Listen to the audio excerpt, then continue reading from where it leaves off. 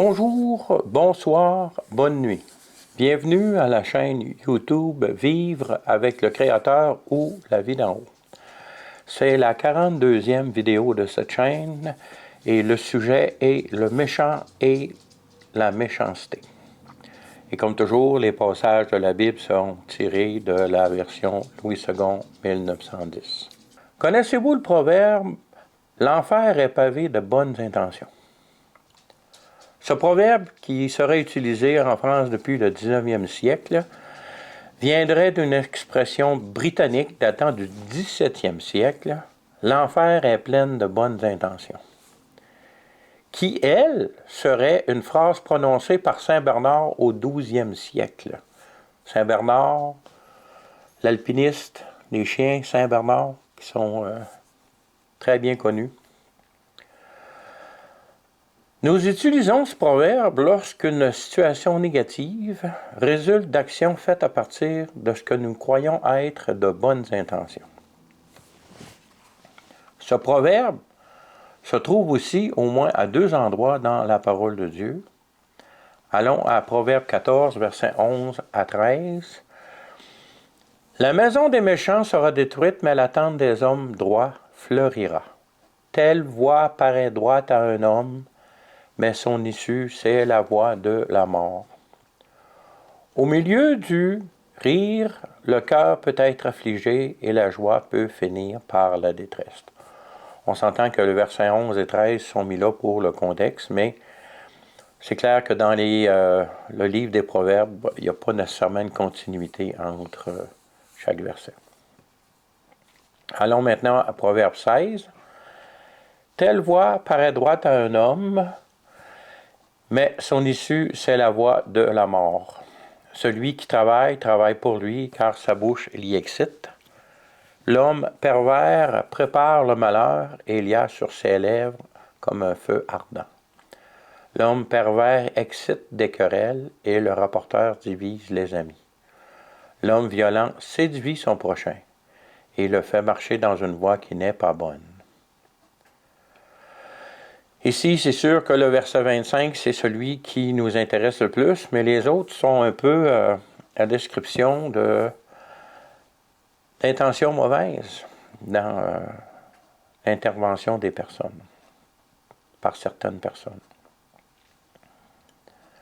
Dans la vidéo précédente, nous avons vu que nous sommes responsables de l'utilisation de notre volonté. Parfois, même si au départ nous sommes remplis de bonne volonté, les conséquences de nos décisions peuvent être néfastes. Comment pouvons-nous savoir si le résultat de l'exercice de notre volonté sera bon? C'est là où la sagesse devient nécessaire. La parole du Créateur nous enseigne à ce sujet. Toujours dans Proverbes, cette fois-ci dans le chapitre 9, les versets 10 à 12 nous disent « Le commencement de la sagesse, c'est la crainte de l'Éternel, et la science des saints, c'est l'intelligence. » Notez ici que la crainte, c'est pas avoir peur de Dieu, mais avoir peur de lui déplaire. Ça peut être mélangé avec la peur de Dieu lorsqu'on ne le connaît pas bien. Mais lorsqu'on connaît notre Créateur plus intimement, on se rend compte qu'il est bon. Et que notre motivation dans la crainte, ici, c'est plus dans la crainte de lui déplaire, un peu lorsqu'on commence à sortir avec une personne qu'on fréquente de l'autre sexe, puis on ne veut pas déplaire à cette personne-là, donc c'est plus dans ce sens-là. Mais il y a sûrement un volet de craindre Dieu lorsqu'on ne le connaît pas personnellement. Verset 11 continue, toujours dans Proverbe 9. « C'est par moi que tes jours se multiplieront, parce qu'ici c'est la sagesse qui parle, et que les années de ta vie augmenteront. Si tu es sage pour toi. Si tu es moqueur, tu emporteras seul la peine. » Fait qu'on voit ici que la sagesse nous aide nous-mêmes, et être moqueur, c'est manquer de sagesse, ça va amener des peines.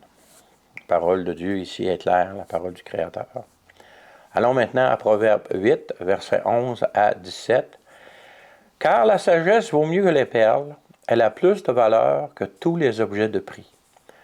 Moi, la sagesse, c'est toujours elle qui parle, j'ai pour demeure le discernement. Et je possède la science de la réflexion. Donc, la réflexion, être capable de discerner, prennent leur racine dans la sagesse. Verset 13, la crainte de l'Éternel, c'est la haine du mal, l'arrogance et l'orgueil, la voix du mal, et la bouche perverse, voilà ce que je hais. Fait qu'on voit ici la sagesse et ses opposés. Verset 14 continue, le conseil et le succès m'appartiennent. Je suis l'intelligence, la force est à moi. Par moi les rois règnent et les princes ordonnent ce qui est juste. Par moi gouvernent les chefs, les grands, tous les juges de la terre. J'aime ceux qui m'aiment et ceux qui me cherchent me trouvent. Quelle belle affirmation ici. Ceux qui me cherchent me trouvent. Et pour bien agir en autorité, peu importe dans le milieu dans lequel nous sommes, ça prend la sagesse, qui commence, comme nous venons de le voir, par la crainte de l'Éternel. Psaume 19 nous dit, au verset 8, au verset 10, « La loi de l'Éternel est parfaite, elle restaure l'âme, le témoignage de l'Éternel est véritable. Il rend sage l'ignorant. Les ordonnances de l'Éternel sont droites, elles réjouissent le cœur, les commandements de l'Éternel sont purs et ils éclairent les yeux. La crainte de l'Éternel est pure, elle subsiste à toujours. Les jugements de l'Éternel sont vrais et ils sont justes. » Donc la crainte de l'Éternel fait qu'on croit à ses paroles et si on les met en pratique, on va avoir des bons résultats. D'où l'importance de connaître la parole de Dieu. Pour connaître la parole de Dieu, il faut donc l'étudier, la lire, la méditer. 2 Chroniques 19 nous dit, à partir du verset 6 et 7, les versets 6 et 7, « Et il dit aux juges, prenez garde à ce que vous ferez, car ce n'est pas pour les hommes que vous prononcerez des jugements. C'est pour l'Éternel, qui sera près de vous quand vous les prononcerez. Maintenant que la crainte de l'Éternel soit sur vous, veillez sur vos actes, car il y a chez l'Éternel, notre Dieu, ni iniquité, ni égard pour l'apparence des personnes, ni acceptation de présent. » Ici, c'est clair que c'est un encouragement aux juges qui sont appelés à juger, qui sont établis par Dieu pour juger, qu'ils doivent juger selon la sagesse, selon la connaissance de la parole de l'Éternel. Ce qui, malheureusement, dans notre société actuellement, se perd de plus en plus.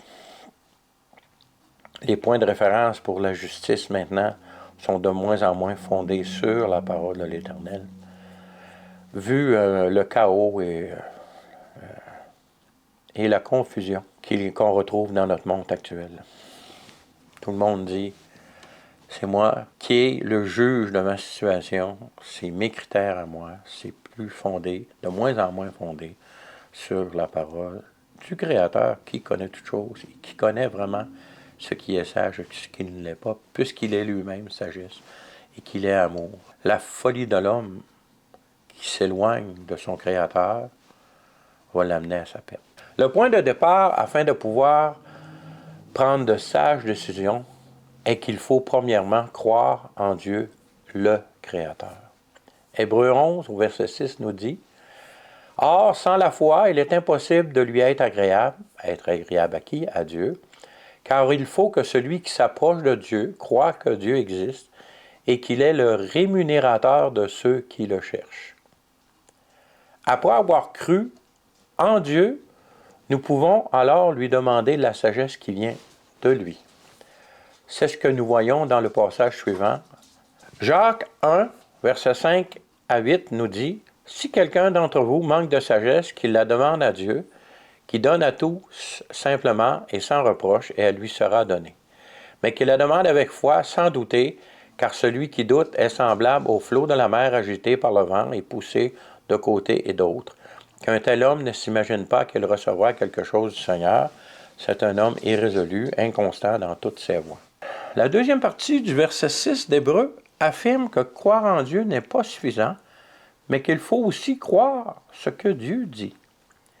Si nous voulons recevoir la rémunération qu'il promet, cette merveilleuse rémunération qui est la vie éternelle en Jésus le Christ, son Fils. Relisons Hébreux 11, verset 6. « Or, sans la foi, il est impossible de lui être agréable, car il faut que celui qui s'approche de Dieu croit que Dieu existe, première étape, et qu'il est le rémunérateur de ceux qui le cherchent. Donc, si tu crois que Dieu est le rémunérateur de ceux qui le cherchent, ça veut dire que ce que Dieu promet, il va le donner. Donc, allons à 1 Jean 5, versets 10 à 13, qui confirme la promesse extraordinaire, la rémunération par excellence que Dieu donne à celui qui croit qu'il existe et qui croit en ce qu'il dit. Donc, verset 10, « Celui qui croit au Fils de Dieu a ce témoignage en lui-même. Celui qui ne croit pas Dieu le fait menteur, puisqu'il ne croit pas au témoignage de Dieu que Dieu a rendu à son Fils.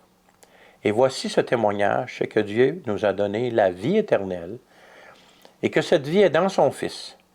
Celui qui a le Fils a la vie, celui qui n'a pas le Fils de Dieu n'a pas la vie.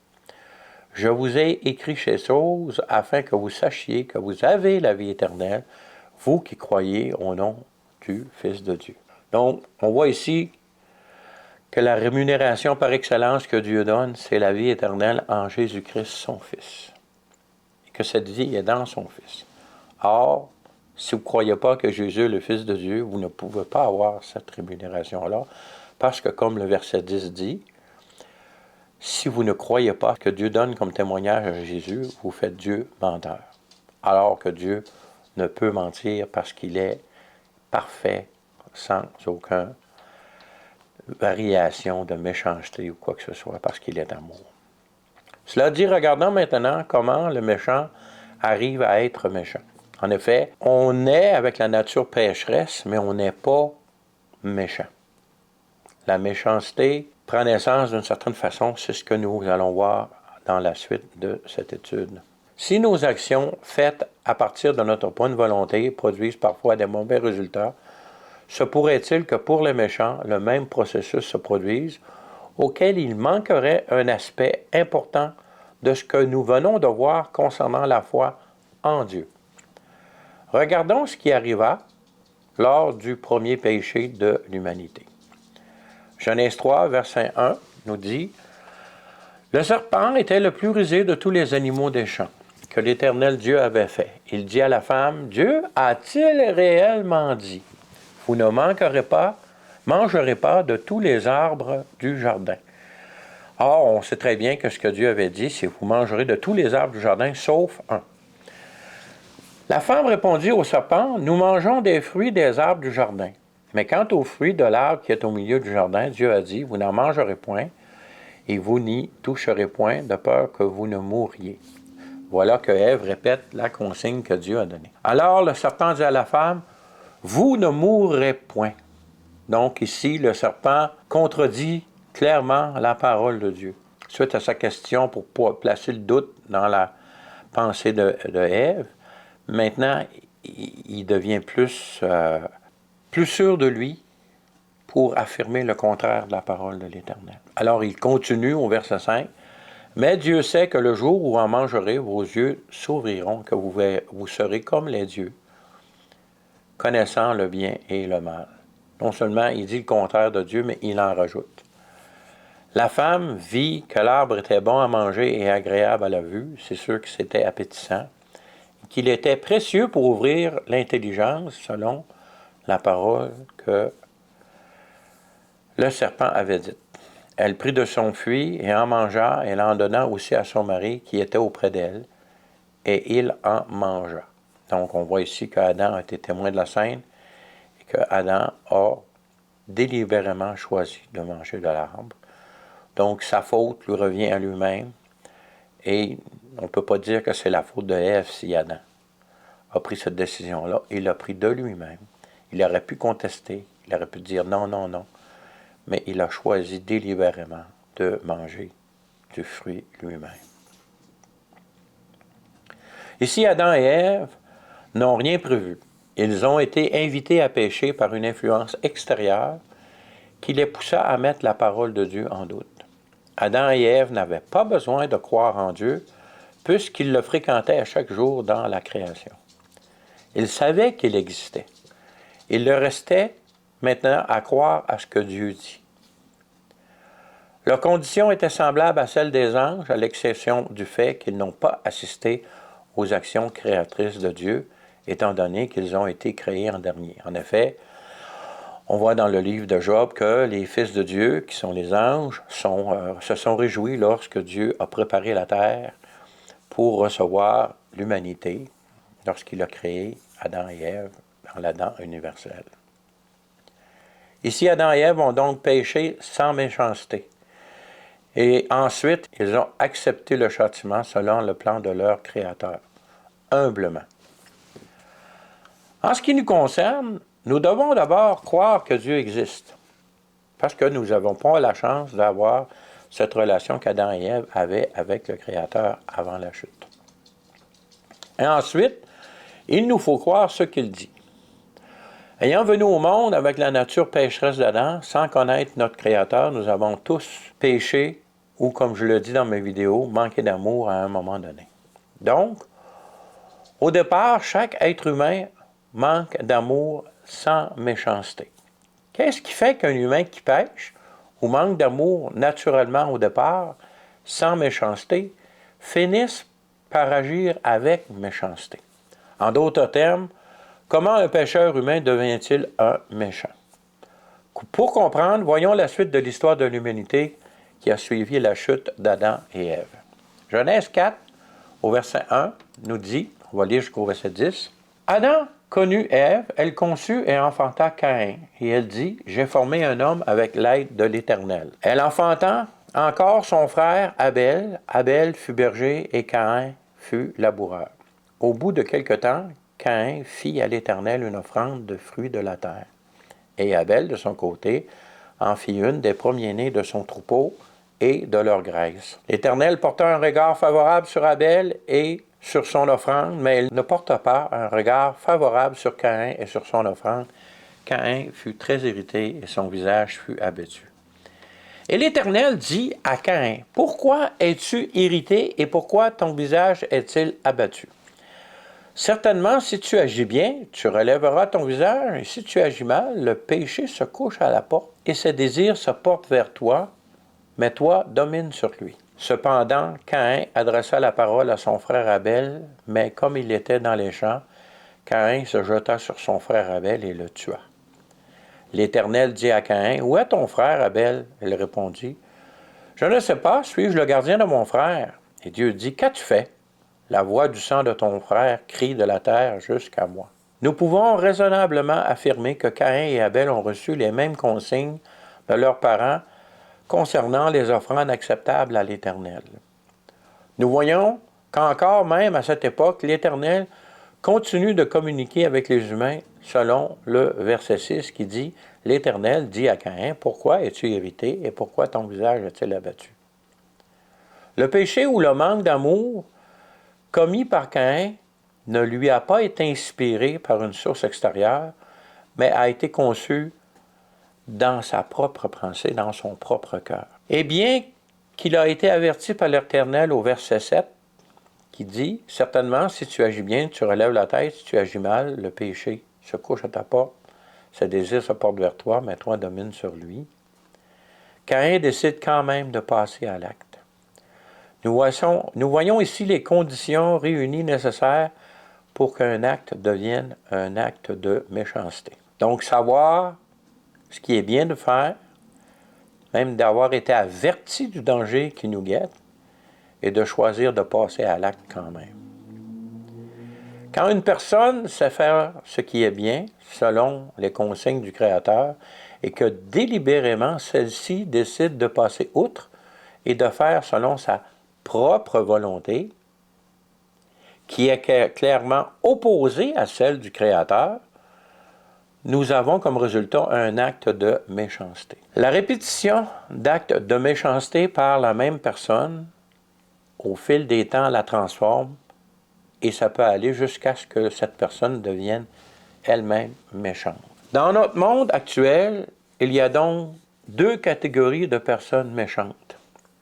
La première est la personne qui ne connaît pas son Créateur, elle ne connaît pas qu'il existe, ou qui refuse d'y croire, car comme le dit le passage suivant de Romains 1, Dieu se révèle dans sa création. Et que même cette personne-là, qui refuse de croire, elle continue à multiplier les actes qui vont contre la conscience que le Créateur a mis en chacun de nous lors de notre naissance. Nous voyons ça dans le passage de Romains 2 que nous allons, chapitre 2, que nous allons lire maintenant. Commençons par Romains 1, versets 18 à 21. La colère de Dieu se révèle du ciel contre toute impiété ou toute injustice des hommes qui retiennent injustement la vérité captive. Car ce qu'on peut connaître de Dieu est manifeste pour eux. Dieu leur ayant fait connaître, en effet, les perfections invisibles de Dieu, sa puissance éternelle, sa divinité, se voient comme à l'œil depuis la création du monde, quand on les considère dans ses ouvrages.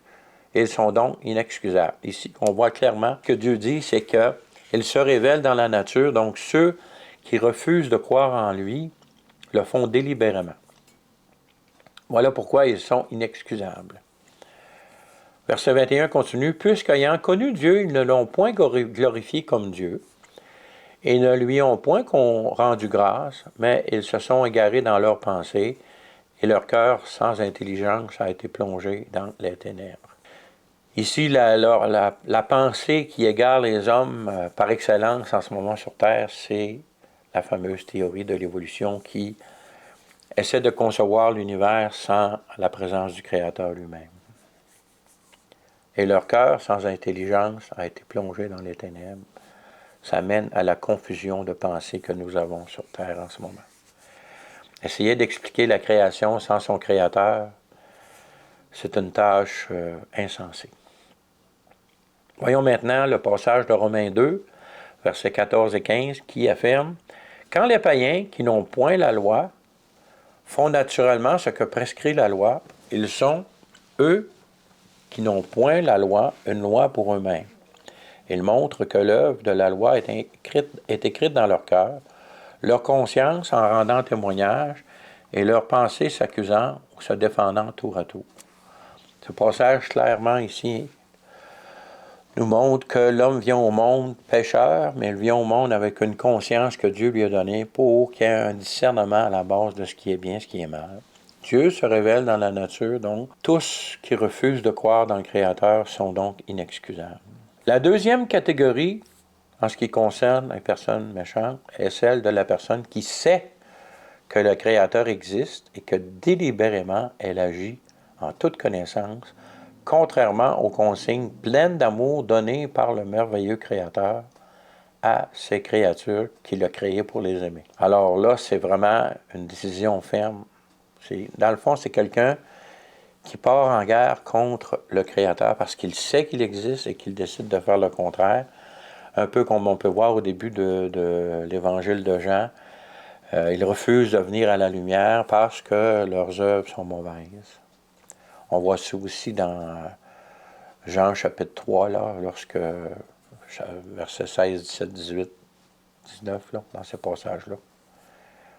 Donc, il y a des méchants qui refusent de croire en Dieu, ce qui les pousse à faire des œuvres méchantes, mais il y a des méchants qui croient en Dieu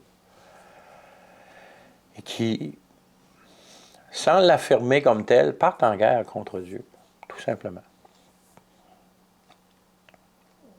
Mais ne nous laissons pas décourager, il y a aussi deux catégories de personnes non méchantes qui commettent aussi des péchés ou des actes de manque d'amour, parce que tous sont pécheurs. La parole l'affirme. Le texte de Romains 2 que nous venons de lire parle de l'une de ces deux catégories. Il s'agit de personnes qui ne connaissent pas son Créateur, mais qui est à l'écoute de la conscience qu'il lui a donnée. Comme on a vu dans le verset 15, elle montre que l'œuvre de la loi est écrite dans leur cœur, leur conscience en rendant témoignage et leurs pensées s'accusant ou se défendant tour à tour. Donc ces personnes-là ont tendance à écouter les reproches de leur conscience et d'agir en conséquence.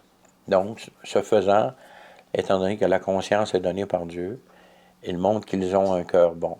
La deuxième catégorie de personnes est la personne qui connaît le Créateur et qui a la volonté ou le désir de vivre en accord avec les consignes que le Créateur a données, mais qui éprouve de la difficulté à s'y conformer dû à sa nature pécheresse De la façon que Paul le décrit si bien dans Romains 7, verset 22, jusqu'à Romains 8, verset 2. Lisons ce verset. « Car je prends plaisir, ici c'est Paul qui a écrit le texte, inspiré par, ne l'oublions jamais, par l'Esprit du Créateur lui-même, par le Saint-Esprit, par l'Esprit Saint. Donc, verset 22, « Car je prends plaisir à la loi de Dieu selon l'homme intérieur. Mais je vois dans mes membres une autre loi qui lutte contre la loi de mon entendement et qui me rend captif de la loi du péché qui est dans mes membres. » Notre nature pécheresse, on va être prêt avec jusqu'à temps qu'on meure ou qu'on soit enlevé. Verset 24, l'apôtre continue. « Misérable que je suis, qui me délivrera du corps de cette mort? Grâce soit rendue à Dieu par Jésus-Christ, notre Seigneur. Ainsi donc, moi-même, je suis par l'entendement esclave de la loi de Dieu, et je suis par la chair esclave de la loi du péché. » Ce que Paul dit essentiellement ici, c'est que sa volonté désire faire ce que Dieu veut, mais sa nature pécheresse dans sa chair lui met des bâtons dans les roues. Il n'y réussit pas tout le temps. Romains 8, chapitre 8, versets 1 et 2 continue dans la même pensée. « Il n'y a donc maintenant aucune condamnation pour ceux qui sont en Jésus-Christ. En effet, la loi de l'esprit de vie en Jésus-Christ m'a affranchi de la loi du péché et de la mort. » Essentiellement, ici, ce que l'apôtre Paul nous dit, inspiré toujours par l'Esprit Saint, que celui qui se confie en Jésus-Christ, c'est-à-dire qui a fait son échange devant l'Éternel de sa vie pécheresse avec la vie parfaite de Jésus, ne peut plus être condamné, étant donné que Dieu, lorsqu'il regarde cette personne, voit la vie parfaite de Jésus-Christ. Même si cette personne-là continue à être sur terre et continue à commettre des péchés. Parce que cette personne-là n'a plus le désir de commettre les péchés, mais la nature pécheresse qui est notre lot jusqu'à notre mort ou jusqu'à l'enlèvement est présente dans notre vie. Donc on voit qu'il y a ici des personnes qui, devant Dieu, sont considérées parfaites parce qu'ils ont échangé leur vie suite à leur désir de vivre la vie selon les consignes que Dieu donne. Dans quelle catégorie de ces quatre que nous venons de parler êtes-vous? Dans celui qui refuse de connaître Dieu et qui le pousse à faire des actions méchantes, dans celui qui sait que Dieu existe mais qui décide de faire des actions méchantes parce qu'il préfère ces actions méchantes à ce que Dieu, ou dans la catégorie qui ne croyait pas encore en Dieu, mais qui écoute la conscience que Dieu lui a donnée, donc qui a un désir de connaître le Créateur sans vraiment reconnaître son propre besoin, ou dans la quatrième catégorie, vous êtes maintenant enfant de Dieu, vous avez échangé votre vie avec le Christ Jésus, vous avez ce désir de vivre dans la sainteté et que vous avez de la difficulté à y arriver. Le seul moyen d'être vraiment libre de la loi du péché est comme pour la quatrième catégorie de personnes qui connaissent et qui ont fait l'échange. C'est le désir de vivre ou la volonté de vivre selon les consignes du Créateur. C'est ce que nous pouvons appeler la repentance. La quatrième catégorie de personnes, nous en avons parlé, ont déjà passé par ce processus. Les trois autres ont encore accès à ce processus. Il s'agit de faire une action volontaire. Donc, c'est avoir le désir de vivre selon les lois du Créateur, ce qu'on appelle la repentance. Et c'est de faire l'échange de la vie imparfaite de chacun d'entre nous avec la vie parfaite du Christ Jésus, qui, lui, a payé pour notre vie imparfaite par sa mort sur la croix, par sa descente aux enfers. Que Dieu a confirmé que le prix qu'il a payé est acceptable en le ressuscitant des morts 3 jours après. Faire l'échange de vie avec Jésus-Christ contre notre vie imparfaite, c'est dans le fond reconnaître que Jésus le Christ, le Fils unique du seul Dieu vivant, est notre Sauveur et notre Seigneur. Je prie aujourd'hui que chaque personne qui regarde cette vidéo et qui a ce désir ou cette volonté en elle de vivre selon les consignes du Créateur, peu importe dans quelle catégorie elle se trouve en ce moment, je prie que cette personne reçoive la vie nouvelle en Jésus le Christ maintenant. Sur ce, je vous dis, soyez bénis. À la prochaine, si Dieu le veut.